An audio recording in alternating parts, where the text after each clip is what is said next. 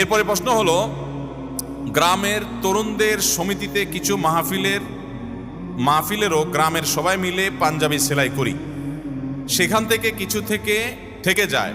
এখন ওই টাকাগুলো থেকে একটা দরিদ্র ঘরের মেয়ের বিয়ের সংসার অনুদান দিয়েছি, কাজটি কি সঠিক করেছি নাকি ভুল করেছি? মাহফিলের টাকা দিয়ে পাঞ্জাবি সেলাই করছেন, এই তো? যদি এরকম হয় যে মাহফিলের জন্য টাকা উঠাইছেন, সেটা দিয়ে যারা ভলান্টিয়ার তাদের কাজ করেছে তাদেরকে পাঞ্জাবি কিনে দিয়েছেন, তাহলে এটা জায়েজ হতে পারে। কিন্তু মুশকিল হলো, অনেক মাহফিল আছে যুবকরা এলাকাতে করে, এটা এক ধরনের ব্যবসা, যে যা উঠলো খরচ টরচ দিয়ে বাকি করে নিজে থেকে গেল। অনেক এলাকায় এগুলো হয়। কিন্তু আবার অনেক মাহফিল হয়, যেমন এই যে মাহফিলটা হচ্ছে, এটা তো কোনো চাঁদা তুলে মাহফিল করা হয়নি, তাই না? এটা এককভাবে ওনারা করছেন, আলহামদুলিল্লাহ, আল্লাহ ওনাদেরকে উত্তম বিনিময় দান করুন।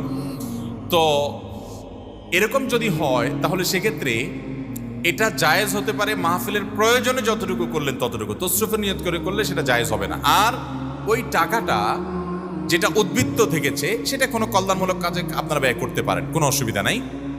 কিন্তু ইন্টেনশনালি আপনি টাকা বাঁচালেন মূল কাজে খরচ না করে, যা আপনি আরেক ধান্দায় কাজ করবেন, সেটা কিন্তু জায়েজ নাই।